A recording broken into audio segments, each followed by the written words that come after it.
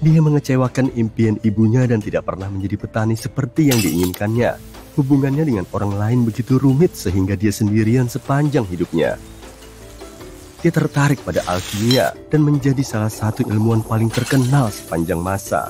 Ya, aku sedang membicarakan Isaac Newton, fisikawan dan matematikawan Inggris yang membentuk fisika modern seperti yang kita kenal.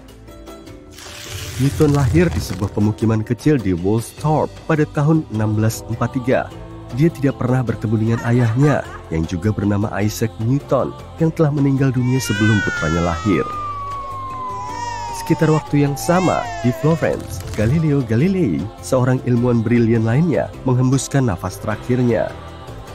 Sedikit yang Newton tahu, dia kemudian mengambil ide-ide Galileo dan menjadikannya legendaris. Pada hari pertamanya, Isaac kecil harus berjuang untuk bertahan hidup karena dia datang ke dunia ini sebelum waktunya. Dia sangat kecil, sehingga dia bisa muat di dalam muk besar. Ibunya menikah lagi segera setelah dia lahir, dan ayah tirinya membawanya ke desa lain untuk membesarkan keluarganya sendiri. Newton berakhir di rumah neneknya, terpisah dari ibunya selama 9 tahun. Anak laki-laki itu lebih sering menghabiskan waktu sendirian. Hal ini berdampak pada seluruh hidupnya. Bertahun-tahun kemudian, ketika dia membuat jurnal tentang kesalahannya, dia bahkan mengaku memiliki pemikiran yang penuh amarah tentang ayah tirinya, seperti ingin membakar rumahnya. Sisi baiknya, dia menjadi tertarik pada buku-buku tentang mekanika dan teknologi. Dia menciptakan sistem jam matahari yang terperinci yang sangat akurat dalam menunjukkan waktu. Paman dan kepala sekolahnya melihat potensi intelektualnya. Bertahun-tahun kemudian, ketika ibunya menjadi janda lagi dan ingin Isaac mengelola properti keluarga, sang kepala sekolah dan pamannya berhasil meyakinkannya bahwa itu bukan ide yang terbaik. Alih-alih merawat sapi dan tanaman, bintang sains masa depan ini malah meringkuk di bawah pohon dengan sebuah buku yang bagus. Ibunya akhirnya menyerah dan pemuda itu kembali ke sekolah menengah pertama. Pada usia 18 tahun, dia siap untuk mendaftar di Trinity College, Cambridge. Untuk membiayai pendidikannya, Newton melakukan semacam program bekerja dan belajar, menunggu di meja dan mengurus kamar siswa lain. Pada saat dia tiba di sana, dunia sedang menyaksikan penemuan-penemuan terobosan, konsep-konsep baru tentang alam dan alam semesta. Namun, seperti kebanyakan di universitas, Newton diajari filosofi Aristoteles yang lama. Dia merasa kurikulum standar tidak cukup baginya dan menghabiskan waktu luangnya untuk membaca filsuf modern dan mempelajari matematika baru. Dia menuliskan temuannya dalam sebuah buku catatan berjudul Pertanyaan Filosofis Tertentu. Dan meskipun dia lulus tanpa penghargaan, namun itu adalah titik awal bagi karir ilmiahnya yang cemerlang. Pada tahun 1665, wabah melanda dan menutup seluruh universitas. Newton terjebak di rumah selama beberapa tahun berikutnya dan otaknya bekerja sangat keras. Dia meracik ide-ide inovatif dari kenyamanan rumahnya sendiri dan meletakkan dasar untuk apa yang sekarang kita sebut kalkulus. Dan dia tidak berhenti sampai di situ. Sang jenius mengambil wawasan sebelumnya yang dia miliki dan mengembangkannya menjadi sebuah esai yang berjudul Of Colors. Esai ini berisi banyak ide yang membengkokkan pikiran yang kemudian menjadi karyanya yang terkenal, Optics, yang menyingkap rahasia cahaya dan warna. Dia menyangkal bahwa cahaya itu sederhana dan homogen. Dia menemukan bahwa cahaya merupakan fenomena yang sangat kompleks. Dia juga menyatakan bahwa cahaya dipisahkan menjadi warna-warna yang berbeda oleh sebuah prisma. Dan pada saat penutupan inilah Newton versus apel yang terkenal itu terjadi. Tidak ada bukti bahwa buah itu benar-benar jatuh di atas kepala sang ilmuwan, tapi dia memang menghabiskan waktu di kebun buah dan melihat apel jatuh membuatnya bertanya-tanya mengapa apel selalu jatuh lurus ke tanah, bukan ke samping atau ke atas.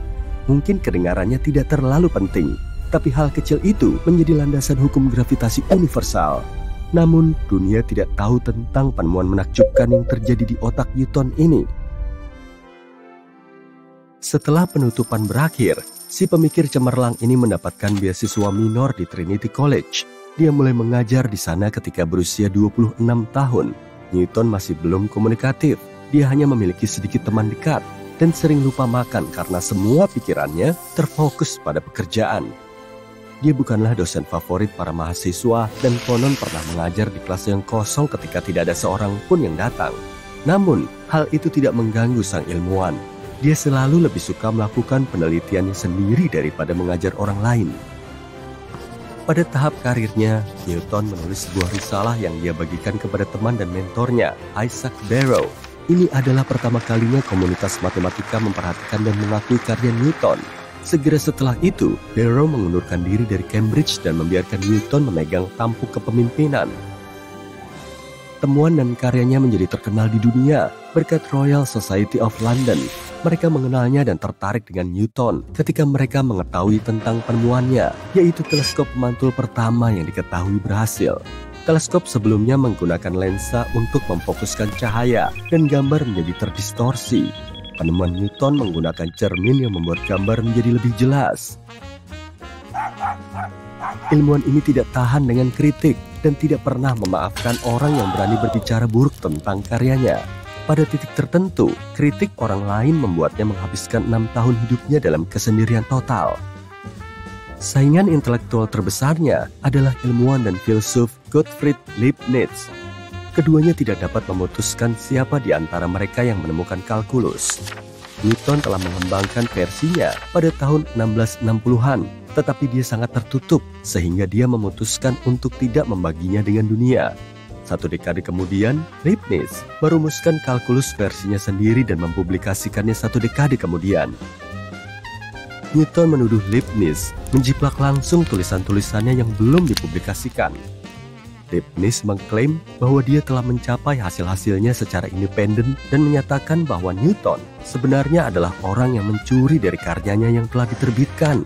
Leibniz dalam upaya membela diri mengajukan banding ke Royal Society, organisasi ilmiah bergengsi.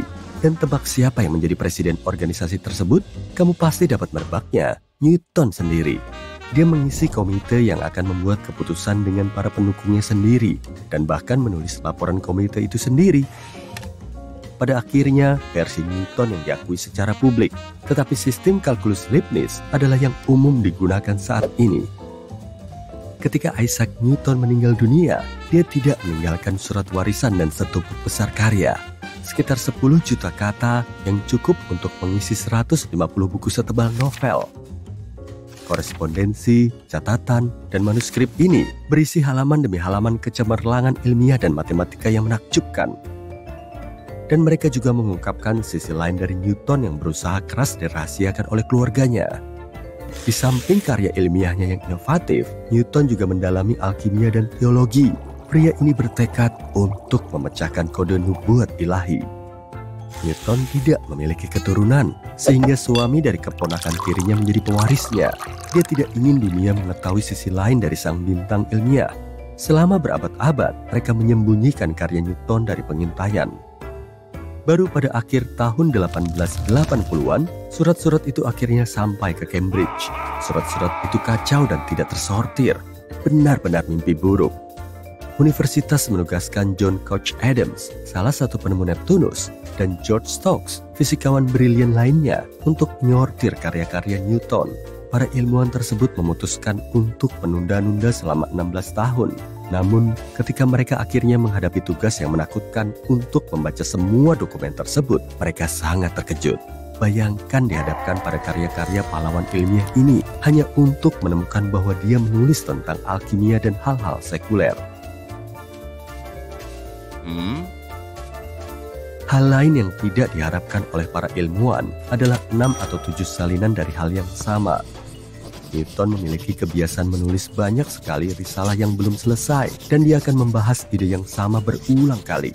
Adams dan Stokes pasti kecewa dan mereka bahkan bercanda bahwa sang ilmuwan pasti lebih menyukai tulisan tangannya sendiri daripada hal-hal yang ditulisnya.